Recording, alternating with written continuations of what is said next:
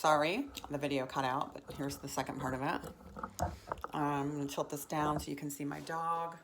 Yes, okay. So working on the sit, and once you get the hand command, sorry, I was sneezed. So I want you to practice still doing those things with his ears, lifting up his feet, touching his belly, his tail, and really doing all the things. These build confidence in him so that other people can do it. This is Gus. Gus had every bad habit that a dog could possibly have. I'm not kidding about that. So he did everything wrong. So I kind of wanted to start with that, and then we want to work on those commands. So like the sit, which here Gus. So you can use the hand command. Eventually your dogs will do this because they see you and they know what's coming next. And then what I want to comment on is, I think I commented on it when I emailed you, is not repeating commands. If he doesn't do what I want, I am not going to repeat the command. I'm going to make a noise knowing that that's not what I want. So I'm going to have him go down. Stay.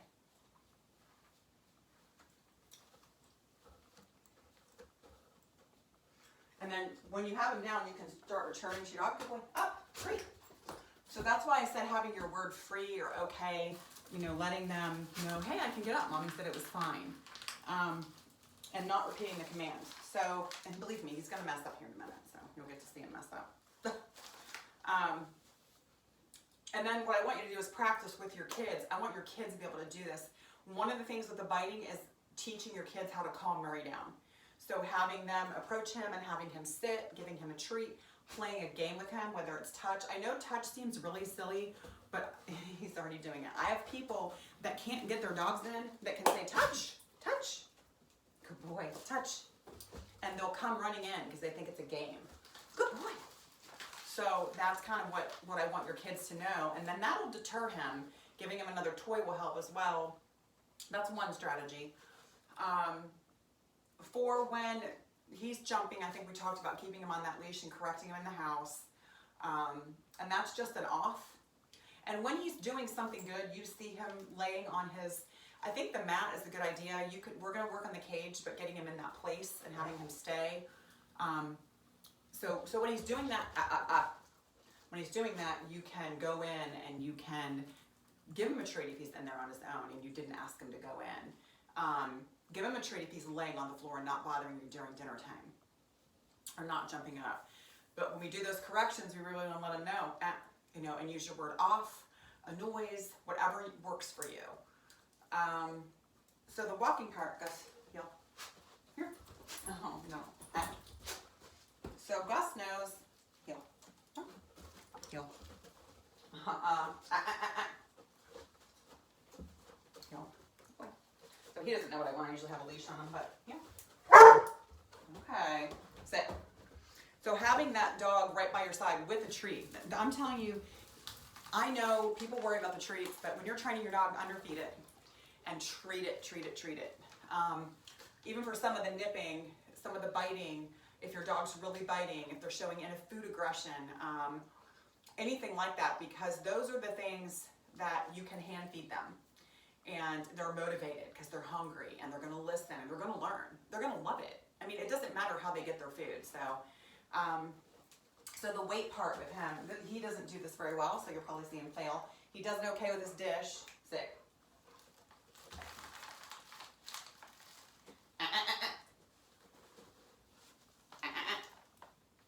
Wait. Go ahead. So it's just that, even if it's for a second, even if it's for 1 second, having him wait for that dish, putting yourself between him. So you have the dish, you put the dish down, you stand in front of the dish, and you say, Murray, wait. And if someone else has to be holding him to get him to, to not get that dish and have those patience to wait.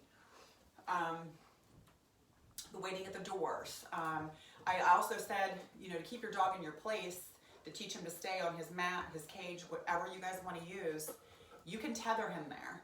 And you can have him, he'll learn that when someone comes to the door, he's tethered until those people approach and he's calm before, having anyone pet him. So all 4 feet on the ground. And I think we talked about, we did not talk about returning to your dog with stay, but stay.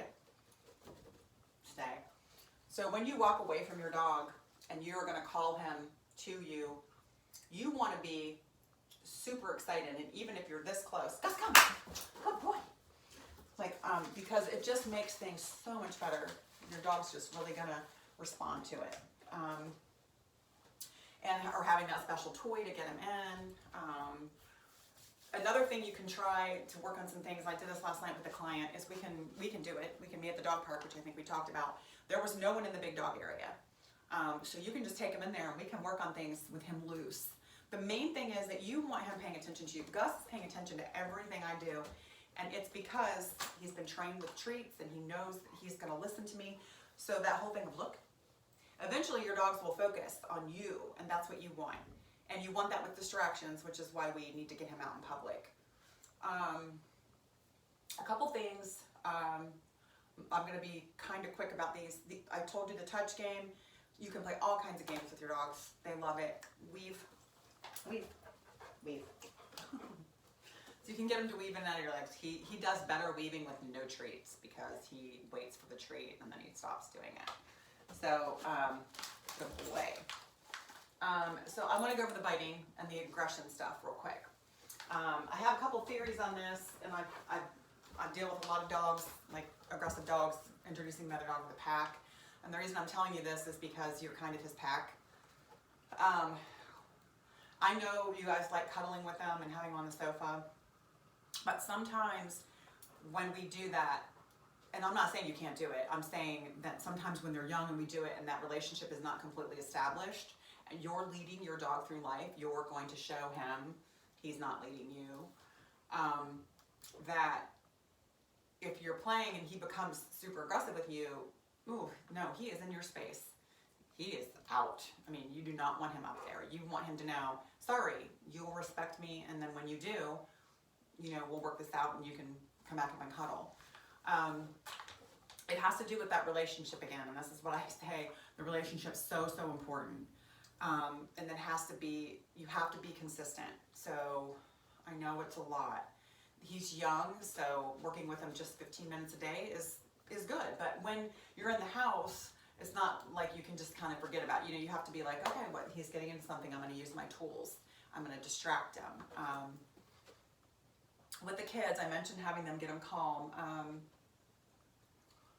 Oh, this is my wrong list. I have more than one list here. Hold on just a second, and I'll get this out for you. I'm so sorry.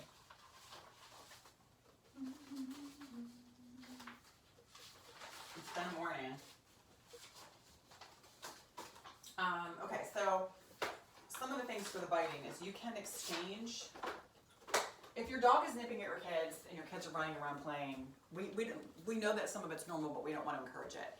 So your kids are going to have to stop running, stop doing what they're doing.